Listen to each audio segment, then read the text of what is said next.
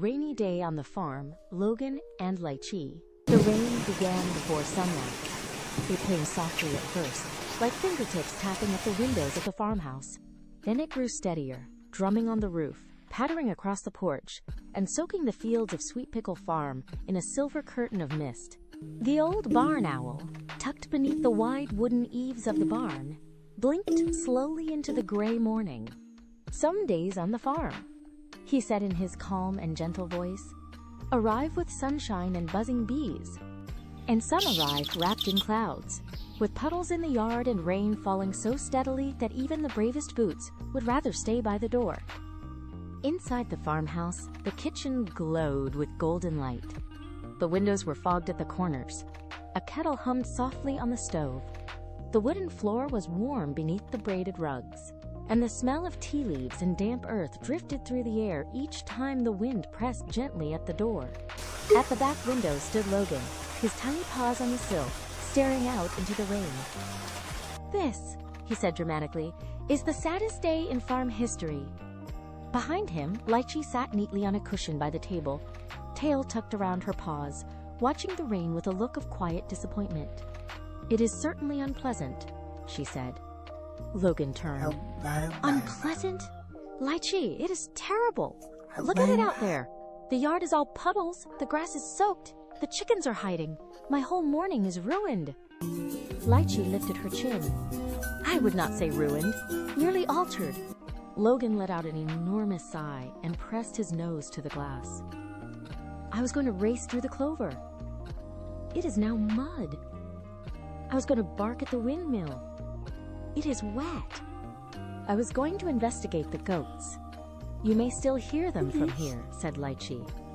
As if on cue, a faint bleat floated in from the barn. Logan flopped onto the rug with a groan. "This is awful."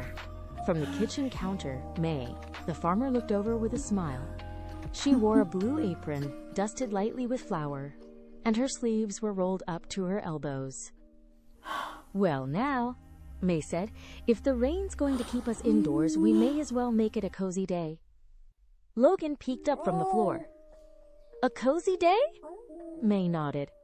"A baking day." At once, Lychee's ears perked. May crossed to the pantry and opened the door. Jars, tins, sacks of flour, and brown sugar lined the shelves. She set a large mixing bowl on the counter, followed by a bag of flour, a crock of butter, a jar of cinnamon, and a little bottle of vanilla. Logan sat up a bit. "You're baking all day?" he asked. May smiled. "That's the plan." The old barn owl, watching from the porch railing just outside the window, gave a thoughtful blink. "And so," he said, while rain fell over Sweet Pickle Farm and puddles gathered in the grass, something warm and wonderful began in the farmhouse kitchen. At first, Logan was not impressed. Baking, as far as he could tell, involved entirely too much waiting. May measured flour into the bowl. Swoosh! She added sugar. Sprinkle. She cracked eggs. Tap, tap, crack. She stirred with a wooden spoon in slow, steady circles. Logan watched for a moment, then another. Then he sighed. "This is not nearly as exciting as running through the field." Lychee, however, had hopped onto a chair to observe from a respectable distance. "It has a certain elegance," she said. "There is order, precision, a civilized rhythm." Logan rolled onto his back. "There is also no sprinting." May began kneading bread dough on the counter, folding and pressing it with calm, practiced hands. The soft thump-thump-thump filled the kitchen, while rain whispered against the windows. After a while, a new smell began to rise. Warm, yeasty, soft and rich. Logan sniffed once, then twice. Then he sat up. "What is that?" he asked. May smiled without looking over. "Bread." Lychee closed her eyes slightly and took a careful breath. "Oh," she said, "that is rather lovely." Logan crept closer to the oven. The kitchen was changing. It no longer felt like a room they were trapped inside. It felt like a place where something good was happening. Still, being indoors all day was not easy for Logan. After the bread was set aside to rise beneath a towel, he began pacing from chair to door, door to table, table to window. "I am bored again," he announced. May, now peeling apples into a blue bowl, glanced down at him. "Then perhaps you can help." Logan froze. "Help? With baking?" Logan's eyes widened. Lychee straightened at once. "I also could help," she said, in a refined and careful manner. May chuckled. "I believe there's room for both of you." She set a little bowl on the floor with apple peels in it. "For starters, you may carry this to the compost pail by the back door." Logan puffed up proudly. "A very important job?" He took the edge of the bowl carefully in his mouth and began marching across the kitchen.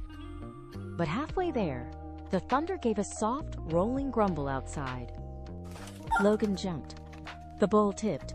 Apple peels fluttered into the air like slippery ribbons and landed all over the floor. There was a pause. Logan looked at the peels, then at May, then at Lychee. Lychee blinked once. "A dramatic delivery!" "I was startled," Logan said. May only laughed gently. "That's all right. We'll gather them up." So the two little dogs helped nudge the apple peels into a tidy pile, while May swept them into the compost pail. Then she rolled out pie dough, the kitchen filled with a buttery scent, soft and golden. Rain slid down the window panes in long silver lines. Somewhere in the living room clock, the minute hand ticked softly forward. The whole farmhouse seemed wrapped in a warm hush. Even Logan began to settle. May sliced apples into a bowl with cinnamon and brown sugar, and when she stirred them together, a sweet, spiced fragrance floated through the room like magic. Logan's nose twitched wildly. Lychee sat very still, but her expression had grown dreamy. "That," said Logan, "smells incredible." "It does," Lychee admitted. "I am beginning to understand the value of an indoor day." May poured the apples into the pie crust and laid the top crust gently over them. Logan watched with deep seriousness. "It's like tucking them in," May smiled. "Something like that." As the pie baked, the smell of cinnamon, apples, butter, and sugar drifted into every corner of the farmhouse. It curled up the stairway. It reached the front hall. It even slipped beneath the door of the little sitting room, where the patchwork quilt lay folded over the sofa. Logan climbed onto the window seat and looked outside again. The rain was still falling. The pasture was blurred and gray. The fence rails glistened. A few puddles had grown large enough to reflect the cloudy sky. Ordinarily, the sight would have made him sigh. But now the kitchen behind him was glowing. May was humming softly as she mixed cookie dough in another bowl. Lychee sat in one of the ladder-back chairs, watching the oven with great concentration, as though pie baking required official supervision. And somehow, the rainy day no longer felt quite so gloomy. Then a new problem appeared. May reached for the little tin where she kept the cookie cutters. She opened it, then paused. "Well now," she said. Logan turned. "What?" May peered inside the tin. "My star-shaped cutter is missing." Lychee's ears twitched. "Missing?" May looked around the kitchen. "I had it the last time I baked spring cookies." Logan sprang from the window seat at once. "A mystery!" Lychee slid gracefully from her chair. "At last, something suitable for a rainy day." The old barn owl gave a soft approving hoot from outside.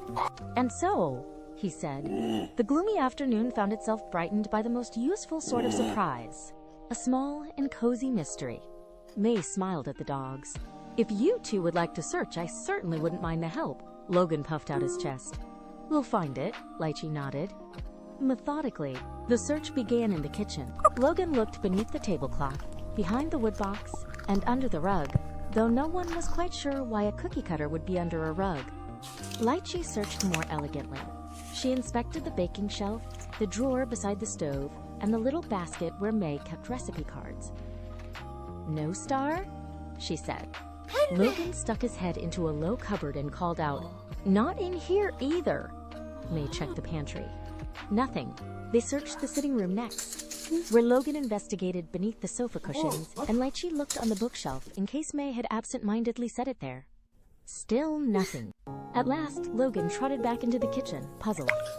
How can a star just disappear? Lychee, who had leapt lightly onto the window seat, looked toward the rainy porch outside. Then she narrowed her eyes. "There," she said. May and Logan turned. On the porch, beside a flower pot and half hidden beneath a gardening glove, was a small metal shape. May opened the door and reached out into the cool, damp air. When she came back in, the missing cutter gleamed in her hand. "My star," she said with a laugh. "I must have dropped it when I brought in the herb basket yesterday." Logan barked happily. "We solved it!" Lychee sat very tall. "As I suspected, careful observation was key." May knelt and gave each of them a fond pat. "Good detectives, both of you." Soon the star cookies were cut and lined up on the baking tray. The pie cooled on the windowsill. The bread came out of the oven, browned and beautiful. And its smell was so wonderful that Logan closed his eyes and simply breathed it in. The rain went on all afternoon, but by then it had become part of the coziness. It tapped at the windows while the oven warmed the kitchen. It whispered on the roof while May poured tea into her favorite mug. It filled the world outside with gray mist, while inside everything glowed with gold and cinnamon and comfort. Later, as the cookies cooled on a rack, May spread a soft quilt in the sitting room. She sliced the pie. She placed a little pat of butter beside a thick slice of bread. Then she settled into the armchair near the lamp. Logan curled up on the rug with a full, contented sigh. Lychee tucked herself neatly into the corner of the quilt, paws folded just so. May looked down at them both. "Well," she said, "I do believe we made a fine day of it after all." Logan yawned. "I still like sunshine better," he admitted. "Of course," said Lychee. "But—" Logan glanced toward the kitchen, where the sweet smell of cookies still lingered in the air. "I think maybe staying inside is all right sometimes." Lychee gave one small nod. "Especially when inside smells like pie." May laughed softly. Outside, the rain carried on, gentle now, no longer a disappointment but a kind of music. The farmhouse felt safe and warm and full of good things. The old barn owl ruffled his feathers and gave one last quiet hoot from the porch. "And that," he said, "is one of the loveliest lessons a rainy day can bring. Not every joy comes racing across a sunny field. Some arrive in the hush of a kitchen, in the scent of cinnamon and bread, in the comfort of being together while the rain falls just beyond the window." Logan's eyes were already drifting closed. Lychee's eyes had gone soft and sleepy. And in the golden farmhouse at Sweet Pickle Farm, while the rain sang gently overhead, the long indoor day turned into one they would remember with happy hearts. Because sometimes, even on a farm full of adventures, it is good to stay inside. Sometimes, home itself is the adventure. The end.